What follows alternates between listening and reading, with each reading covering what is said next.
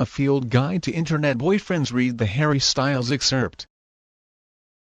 The following is an excerpt from A Field Guide to Internet Boyfriends, Meme-worthy Celebrity Crushes from A to Z Running Press by Esther Zuckerman, Senior Entertainment Writer at Thrillist. Opinions expressed are those of the author. It's virtually impossible to dig into the history of celebrity crushes without discussing boy bands. Stemming back to the days of the Beatles, boy bands have been crush incubators, known as much for their music as for their ability to pose on posters that hang on teenage bedroom walls.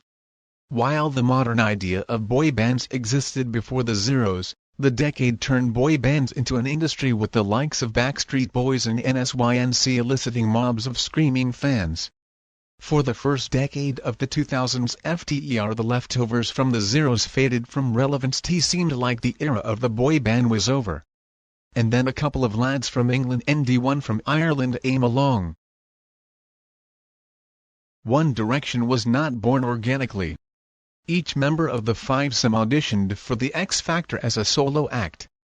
Then Simon Cowell had a genius idea: individually, they would probably generate some amount of buzz. Together, they would be unstoppable. Cowell was right. One Direction mania jumped across the pond and initiated a new era of boy band worship. This group was different from its Zeros predecessors. They were shaggy and didn't really dance. But their fans were also different. These were kids raised by the internet, and they expressed their love for Harry Styles, Tomlinson, Zayn Malik, Payne, and Niall Horan as such. Standing for One Direction involved /fiction and Tumblr. But when the time came, One Direction faced an age-old boy band question: what happens when they break up? Who becomes famous? For years, the pinnacle of post-boy band success had always been Justin Timberlake, crying a river all over the radio. He also found controversy along the way. No, we will never forgive him for throwing Janet Jackson under the bus at the Super Bowl. But who becomes the Joey Fatone? One thing was always certain: Harry Styles was a goddamn star. Styles had always been the likeliest candidate for post-1D fame. He was the most rambunctious of the group, as at home palling around on talk shows as he was crooning on the stage. Still, no one could have predicted what he was about to unleash.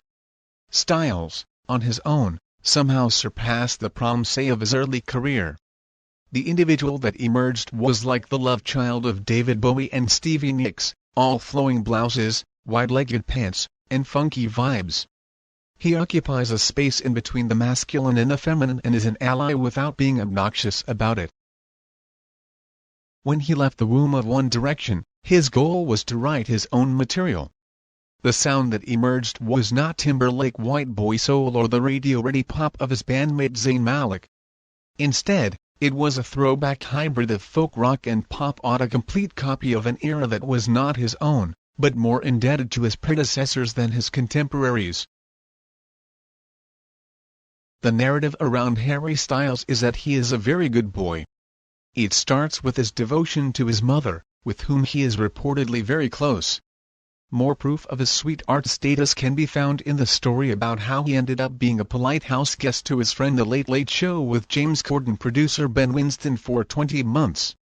As his star was rising in One Direction, he was crashing with an Orthodox Jewish family. Period of time, he was living with us in the most mundane suburban situation, Winston once explained. Oh, one never found out, really. Even when we went out for a meal, it's such a sweet family neighborhood, no one dreamed it was actually him. But he made our house a home. And when he moved out, we were gutted. Anecdotes like this evolved in the singer first Rolling Stone cover story, written by none other than almost famous director Cameron Crowe, framed Styles as a superstar who is relatively down-to-earth, a nice person who cares about being good to those around him. I mean, one of the songs on his recent album Fine Line is titled Treat People with Kindness.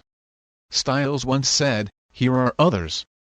People who are successful, and still nice. When you meet the people who are successful and are nice, you think, what your excuse? 'Cause I met the other sort." Styles gives off the impression that if you were to hang out with him you probably have a pretty pleasant and slightly wild time. Profiles of Styles tend to include stories about parties on beaches where nudity or clothes swapping is involved. He's spoken about how doing mushrooms influenced his latest record, Fine Line, and once led him to bite off the tip of his tongue. But even though that detail sounds like it might belong in an outtake from a CD or History of Rock Roll Hink, MLCRT bizarrely wholesome coming from Styles, who has gone out of his way to promote a message of inclusion. Though he publicly only been linked to women, he never exactly declared himself straight, either, and has alluded to bisexuality in his lyrics. One time, he declared, "Ye all a little bit gay, aren't we?" Regardless of how he himself identifies, he made it a mission to promote a safe-for-all environment at his shows. On one tour stop, he took note of a girl in the crowd sign which declared she was going to come out to her parents because of him. He asked her mom name, quieted the room, and shouted, "Ina, she gay," triumphantly. An especially welcome development for someone whose early celebrity was defined by fiction with which some of his bandmates were openly uncomfortable. His style started to evolve with his own fluidity as well. He took to wearing ruffles and low-cut shirts with wide-legged trousers. The effect was circus ringmaster mixed with South Laurel Canyon chic. There's a cheekiness to the look, evidenced by photo shoots in which he affects like he just told a dirty joke. He has said he dresses this way not because he's trying to allude to anything, just because he thinks it looks cool. And, the thing is, it does. Harry Styles may have been made in the confines of the boy band universe, but when he struck out on his own, his message became freedom. He makes the music he wants, wears the clothes he wants, and encourages everyone around him to love who they want. Then if that just Harry Styles.